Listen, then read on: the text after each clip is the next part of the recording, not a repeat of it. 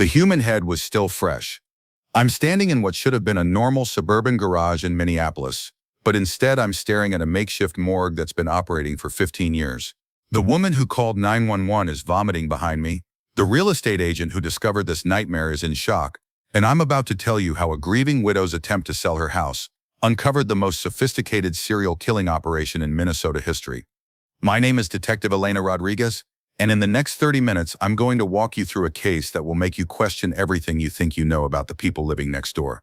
Because Ingrid Larson didn't just discover her husband's secret when she opened that garage door. She discovered that she'd been sleeping next to a monster who'd murdered 17 women. And the evidence we found in that garage would prove that she wasn't just his wife, she was his accomplice. This is the story of how one woman's lies, one man's obsession, and one unlocked door led to the capture of two of the most dangerous predators in American history. And I'm warning you right now, what you're about to hear will change how you see your neighbors, your friends, and maybe even your own family. Because if Ingrid Larson could live with a serial killer for 15 years and claim she never knew, what secrets are the people in your life hiding from you? Before I take you inside that garage, I need to say something to all of you watching right now. Every single one of you who subscribes to this channel, who shares these videos, who leaves comments demanding justice, you are the reason these stories get told. The families of the 17 women you're about to hear about have been waiting years for answers. Years of wondering, years of hoping, years of never knowing if their daughters, their sisters, their mothers were coming home. And because of viewers like you, their stories finally have a voice. But I need you to understand something. This isn't just entertainment. These are real people whose lives were stolen by evil. And every time you watch, every time you share, every time you demand justice in the comments, you're helping ensure that victims like these are never forgotten. If you haven't subscribed yet, I'm asking you to do it now. Not for me, but for the 17 women whose names you're about to learn. Because their stories deserve to be heard, and your subscription helps make sure they reach the people who need to hear them. Now let me take you inside that garage and show you what 15 years of perfectly planned murder looks like. March 15th, 2024, 2:47 p.m., Ingrid Larson is about to make a discovery that will destroy everything she thought she knew about her life. But let me take you back to the beginning. To 2009, when Ingrid first met Henrik Larson at a coffee shop in downtown Minneapolis. She was 28, working as a dental hygienist, dreaming of starting a family. He was 34, charming, successful pharmaceutical sales representative who traveled the Midwest helping doctors optimize their practices. Henrik was everything Ingrid wanted in a husband. Attentive, generous, protective. He brought her flowers every Friday, remembered every anniversary, and within 6 months, he proposed with a ring that cost more than Ingrid made in 3 months. They married in a beautiful ceremony in 2010.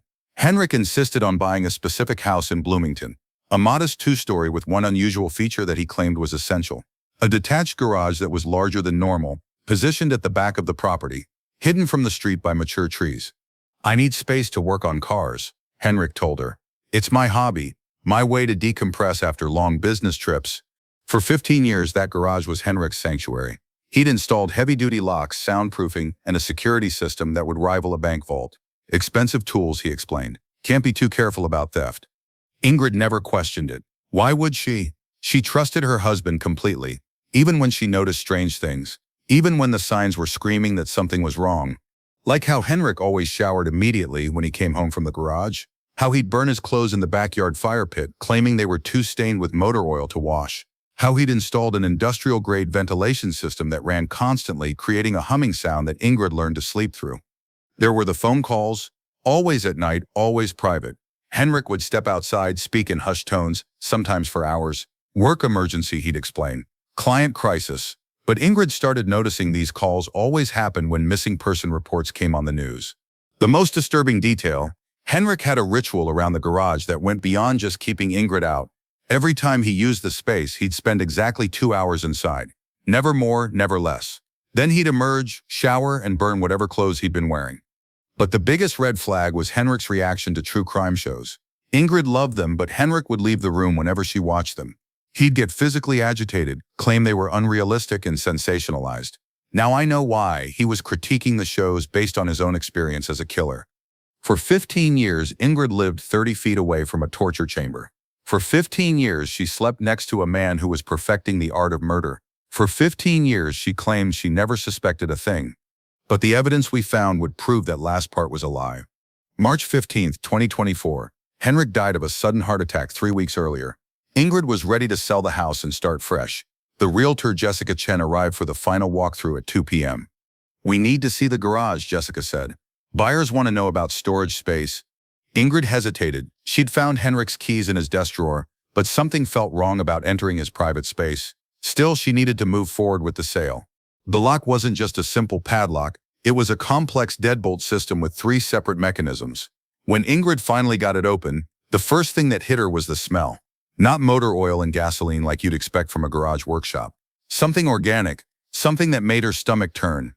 Jessica stepped inside first, then immediately backed out. "Mrs. Larson, I don't think this is a workshop. What they found inside that garage would haunt me for the rest of my career." The space was divided into 3 distinct areas. The front section looked normal enough. A workbench, some tools, car parts scattered around. But it was all for show, a facade to maintain the illusion of normalcy. The middle section was where the real work happened. The walls were lined with industrial plastic sheeting, the kind used in construction to contain hazardous materials. The concrete floor had been sealed with a special epoxy coating designed to prevent staining and allow for easy cleanup. There were drain systems that definitely weren't standard for a home garage, leading to a septic system that Henrik had installed without permits. But the back section was the most horrifying. It was Henrik's trophy room. Metal shelving units lined the walls, and on these shelves were dozens of personal items, carefully organized and labeled, purses arranged by size and color, jewelry boxes sorted by value, shoes paired and stored in clear containers, women's clothing hung on racks, organized by size and season. Each item had a small tag attached with a date and a number. We later discovered these corresponded to Henrik's victims, creating a twisted inventory system for his murders. There was a filing cabinet in the corner, and inside Henrik had kept meticulous records. Manila folders for each victim containing photographs, personal information, surveillance notes, and detailed timelines of their abductions and murders. But what made Ingrid collapse to her knees were the photographs. Hundreds of Polaroid pictures covering an entire wall, images of women in various states of terror, some clearly taken during their captivity, others showing the final moments of their lives. And in the center of this gallery of horror was a large map of the Midwest with 17 red pins marking locations where Henrik had hunted. Each pin was connected to a photo of a victim, creating a visual timeline of murder that spanned 12 years. The most chilling discovery was Henrik's computer, hidden behind a false wall. When our tech team finally cracked his encryption, we found thousands of files documenting every aspect of his crimes. Videos of murders, detailed notes about his methods, and plans for future victims. But we also found something else, evidence that Henrik hadn't been working alone. I arrived at the scene at 3:47 p.m. The call came in as a suspicious death investigation, but within minutes of entering that garage, I knew we were dealing with something much bigger. The crime scene team immediately secured the area. We found trace evidence of blood everywhere.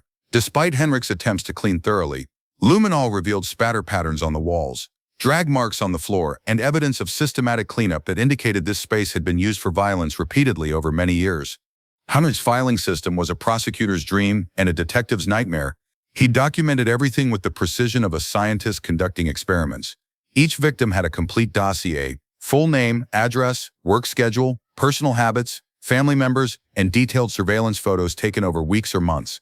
The methodology was terrifying. Henrik would research his victims for months, learning their routines, their vulnerabilities, their fears. He kept surveillance photos, maps of their neighborhoods, copies of their work schedules, and even recordings of their voices. His victim selection was coldly calculated. He targeted women who fit a specific profile, ages 22-35, living alone, working jobs that required them to be out late or travel frequently. Waitresses, nurses, retail workers, students, women whose disappearances might not be immediately noticed or thoroughly investigated. But Henrik's biggest mistake was his ego. He kept everything, every piece of evidence, every memento, every photograph. He couldn't bear to destroy the proof of his intelligence and superiority. The breakthrough came when we found Henrik's real employment records. He hadn't been a pharmaceutical salesman like he'd told Ingrid. That was just his cover story. He'd been working as a freelance security consultant, installing alarm systems and security cameras for businesses across 6 states. This job gave him everything he needed to be a successful killer. Access to buildings, knowledge of security systems, legitimate reasons to be in unfamiliar cities, and most importantly, the technical skills to create the perfect killing room.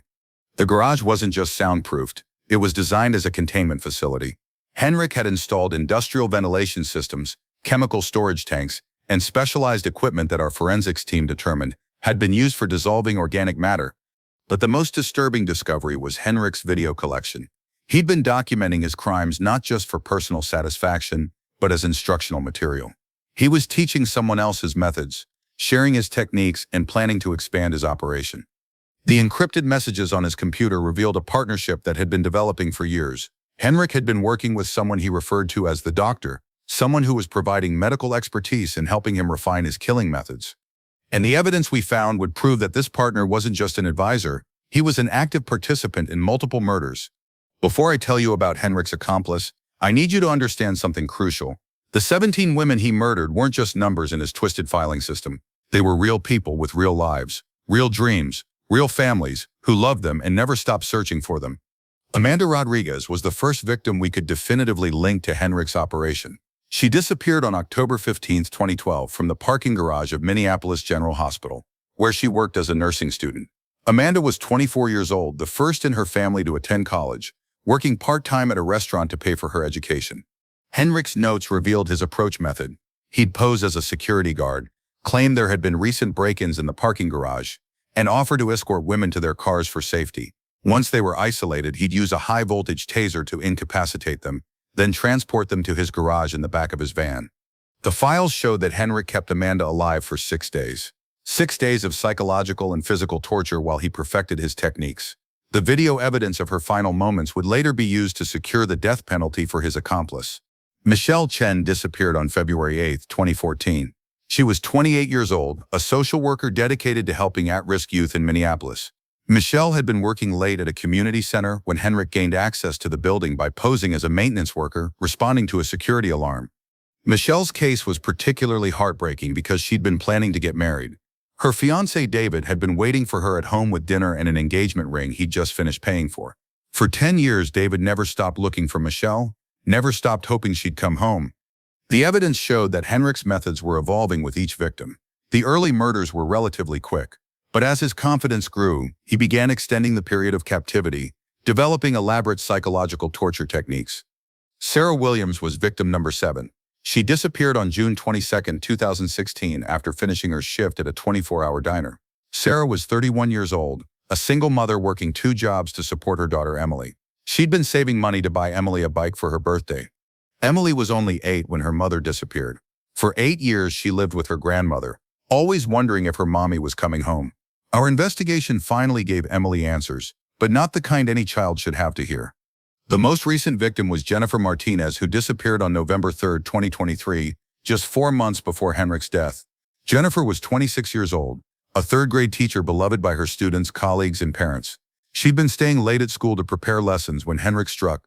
Jennifer's case was different because she'd fought back. The evidence showed she'd managed to injure Henrik during her abduction, leaving DNA evidence under her fingernails that would later help us identify his accomplice.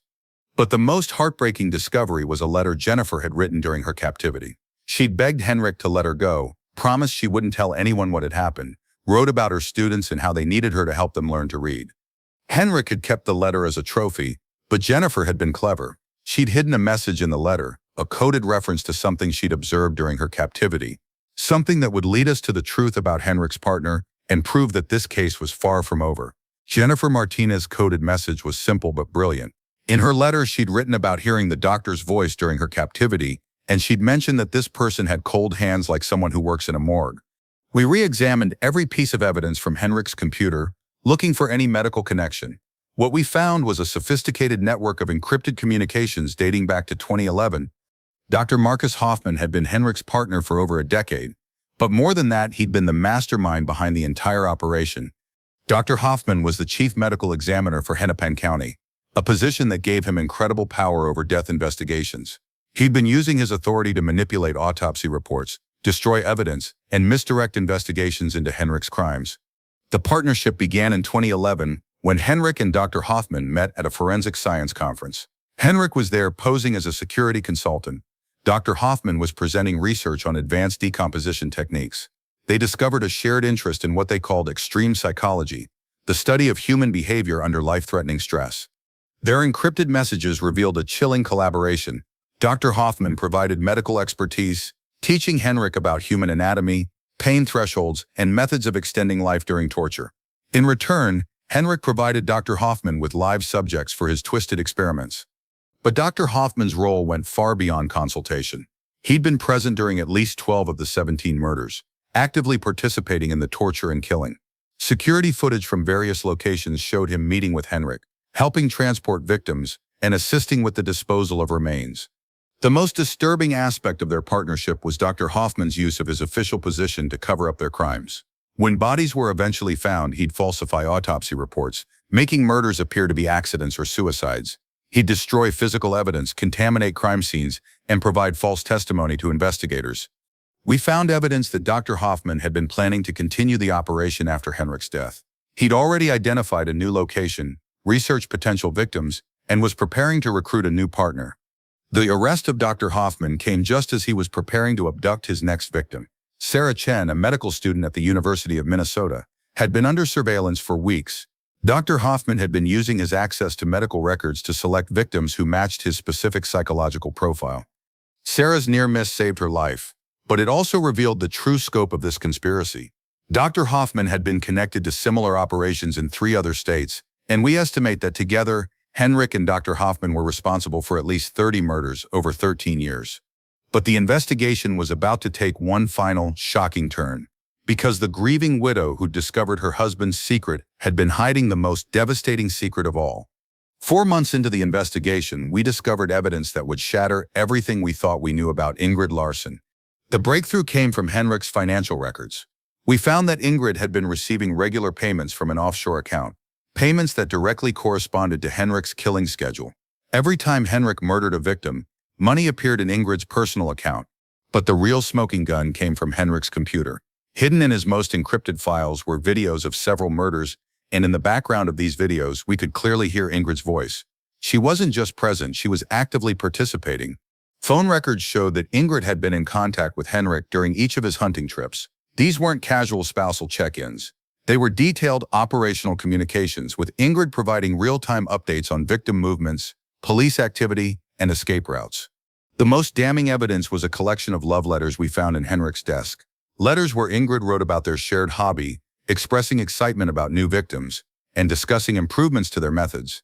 Ingrid's discovery of the garage hadn't been spontaneous. She'd known about Henrik's activities for 15 years. She'd helped him select victims, plan abductions, and dispose of evidence. The garage wasn't just Henrik's killing room, it was their shared workspace. When Henrik died suddenly of a heart attack, Ingrid panicked. She needed to destroy the evidence, but she also needed to maintain her cover as the innocent, grieving widow. The real estate agent's visit had been carefully orchestrated to make her discovery appear genuine. But Henrik's obsessive record-keeping had betrayed her. We found photographs of Ingrid at crime scenes, video evidence of her participating in victim selection, and detailed notes about her specific role in their operation.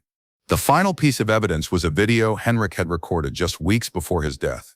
It was essentially his insurance policy, a detailed confession that implicated Ingrid in every aspect of their crimes. He'd been planning to use it as leverage if she ever tried to leave him or expose their operation. In the video, Henrik described Ingrid as the perfect partner who'd suggested many of their most effective techniques. She'd been the one who recommended targeting women who worked alone, who'd developed their victim profiling system, and who'd insisted on keeping trophies from each murder. Ingrid hadn't been trying to sell the house to move on from grief.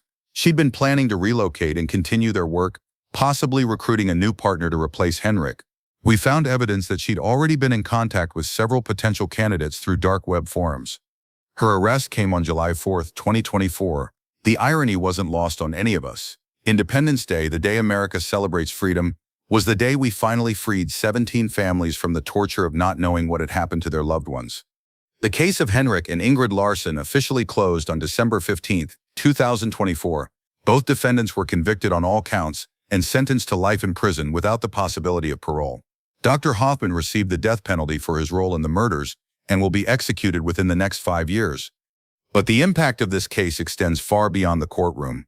It fundamentally changed how we investigate missing persons cases, how we understand the psychology of serial killers, and how we recognize the warning signs of domestic partnerships built on violence. The 17 women who died at the hands of these monsters weren't just statistics. They were daughters, sisters, mothers, teachers, healers, and dreamers whose lives were cut short by pure evil. But their deaths weren't meaningless. The evidence we recovered has led to the identification of victims in other cold cases, the arrest of additional suspects, and the development of new investigative techniques that will help us catch killers before they can claim more lives. The families of these victims have asked me to share a message with all of you. They want their loved ones to be remembered not as victims, but as the vibrant, hopeful people they were before their lives were stolen.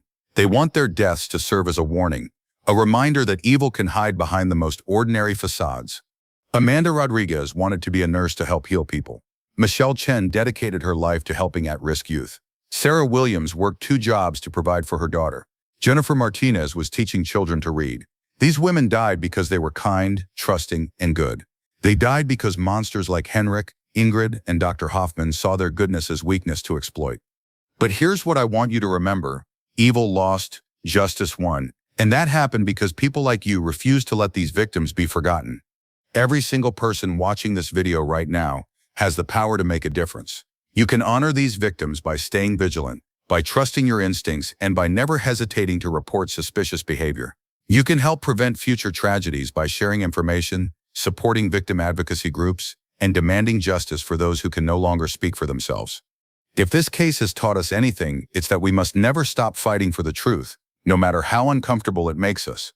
We must never stop believing that good people can triumph over evil, and we must never stop working to ensure that victims' voices are heard. I want to thank every single one of you who's followed this investigation from the beginning. Your comments, your shares, your unwavering support for justice, that's what keeps me going when cases like this threaten to break my faith in humanity.